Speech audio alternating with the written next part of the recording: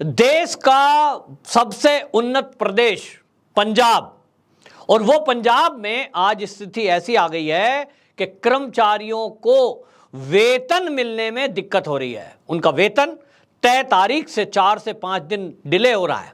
कारण राज्य पर बढ़ता हुआ कर्जा।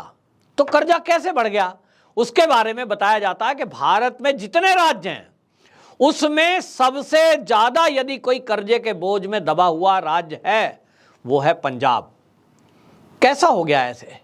ऐसा इसलिए हो गया क्योंकि वहां जो सरकार है उस सरकार ने फ्री रेवड़ी कल्चर को बढ़ावा दिया है। सत्ता प्राप्ति के लिए जिस तरह के वादे किए उन वादों को निभाने के लिए जो पैसे खर्च वहां की सरकार कर रही है उसके कारण लगातार राज्य पर कर्जा बढ़ता जा रहा है। आपको बताएं वहां इस समय पंजाब में जो कर्जा है वो कर्जा इस समय 2.63 लाख करोड़ रुपए हो गया है और इसका लगातार इस कर्जे में बढ़ोतरी होती जा रही है क्योंकि वहां सरकार ने 300 यूनिट बिजली फ्री देने का जो वादा किया था, जब वहां लोगों ने उस वादे को याद दिलाया तो जुलाई महीने से ये फ्री यूनिट देने की बात की। अब इससे साल के अंदर 5,000 करोड़ रुपए का अतिरिक्त बोझ राज्य सरकार पर पड़ने वाला है। ये केवल एक बिजली की फ्री योजना के कारण से होने वाला है और उस प्रदेश में होने वाला है जो कर्जे में नंबर 1 है।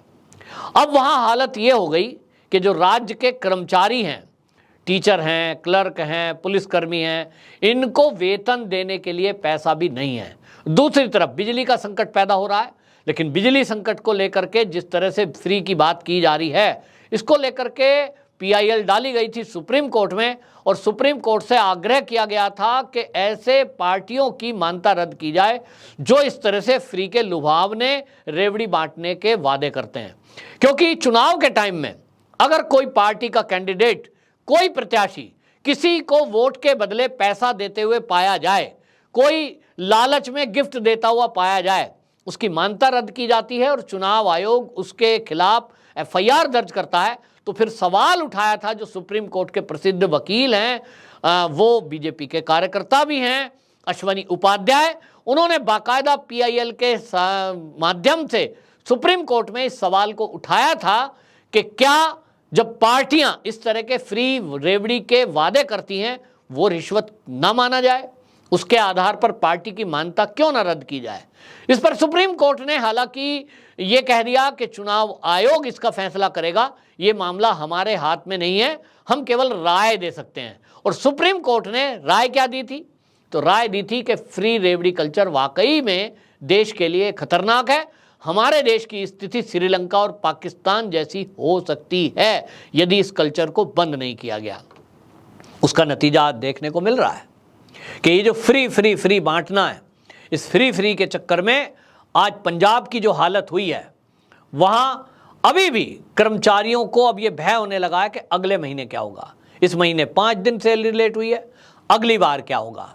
बिजली विभाग की हालत ये है कि बिजली की कटौती की जा रही है क्योंकि NTPC का केंद्र का बकाया बाकी है।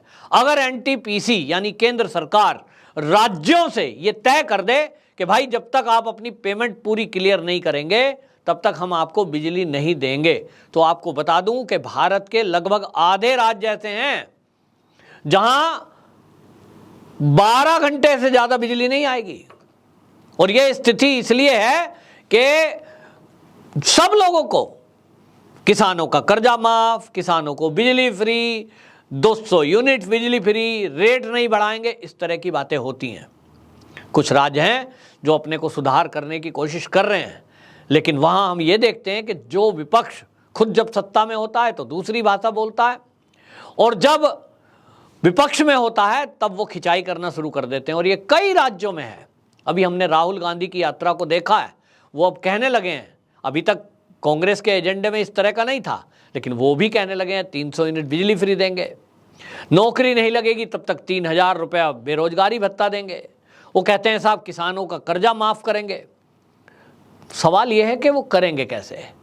देश के संसाधनों को, जो विकास चाहिए, देश में जो सड़कें बननी थी, जो रेल मार्ग बनने थे, जो एयरपोर्ट बनने चाहिए, जो अस्पताल बनने चाहिए, जो विद्यालय बनने चाहिए, वो कहाँ से बनेंगे? तो लोगों को, जो राजनीतिक दल हैं, उनको देश के विकास से कोई लेना देना नहीं है। सड़कें बने ना बने, एयरपोर्ट बने ना बने, रेल मार्ग बने ना बने, अस्पताल भले ही ना बने, स्कूल भले ही ना बने, सत्ता बननी चाहिए, उनके दल की सरकार बननी चाहिए। और इसलिए पंजाब में आप देखेंगे कि यदि आप मुख्य हाईवे को छोड़ दें, मेन जो हाईवेज हैं, नेशनल हाईवे, उनके अलावा, और उन नेशनल हाईवे में भी आपको पंजाब के अंदर ऐसा नेशनल हाईवे एक भी नहीं मिलता जैसा उत्तर प्रदेश में 8 लेन हाईवे मिलते हैं, नहीं है, किसी ने सोचा ही नहीं उस तरफ। और अंदर जो गांव को गांव से जोड़ने वाली और शहर को गांव से जोड़ने वाली सड़कें हैं, उनकी हालत खस्ता है। सरकार के पास पैसा नहीं है। अब सरकार संसाधन जुटाने के लिए केंद्र सरकार से वो ये कह रही है कि भाई हमको जो है कर्जा दे दो, और केंद्र सरकार से इसके लिए आरबीआई से 1000 करोड़ रुपए का कर्जा उन्होंने मांगा है कि साहब हमें जो है कर्मचारियों का वेतन देने के लिए पैसे कम पड़ रहे हैं और इसलिए हमें लोन दिया जाए, लोन पर लोन, लोन पर लोन। तो स्थिति क्या होगी? केजरीवाल जी पूरे भारत में घूम रहे हैं। अभी गुजरात में हाल ही में जो उन्होंने दौरे किए हैं, वहाँ भी सेम वही वादा है कि हमारी सरकार आई तो हर बेरोजगार को 3000 रुपये हर महीने वो बैठे बिठाए देंगे। सत्ता में आ गए तो 10 लाख नौकरी देंगे। वो कहते हैं कि अगर हम आ गए तो हम बिजली और पानी फ्री कर देंगे। दिल्ली में उन्होंने बिजली और पानी फ्री फॉर्मूला लागू किया हुआ है। अब दिल्ली केंद्रीय जो केंद्र शासित प्रदेश है, राजधानी है, और इसीलिए वो राष्ट्रीय राजधानी क्षेत्र कहलाता है। अब राष्ट्रीय राजधानी क्षेत्र में केवल दिल्ली, अभी उस दिल्ली में ये फॉर्मूला चल गया क्योंकि यहाँ केंद्र के कई सारे कार्यालय हैं और सभी मंत्रालय भी यहीं पर हैं। अगर यहाँ की बिजली कटती है तो बाकी लोग भी इफेक्ट होंगे, और इसलिए ये हो रहा है। लेकिन अब केंद्र सरकार इस तरफ विचार कर रही है कि इस तरह का फ्री रेवड़ी कल्चर कैसे रोका जाए और इस तरह के वादे करने वालों को कैसे रोका जाए, इस पर चुनाव आयोग विचार कर रहा है। लेकिन ये बात तय है कि जिस तरह से सरकारें ये सब कर रही हैं, इससे आपको बता दूं पंजाब का हालत आज ये है कि पंजाब में सकल राज्य का घरेलू उत्पादन जो है वो 47% से अधिक उसका कर्जा हो गया है। आपके पास जितना आपका एसेट्स हैं उससे 47% ज़्यादा कर्जा, तो कैसे चुकाओगे? इस पर कोई विचार करता नहीं है।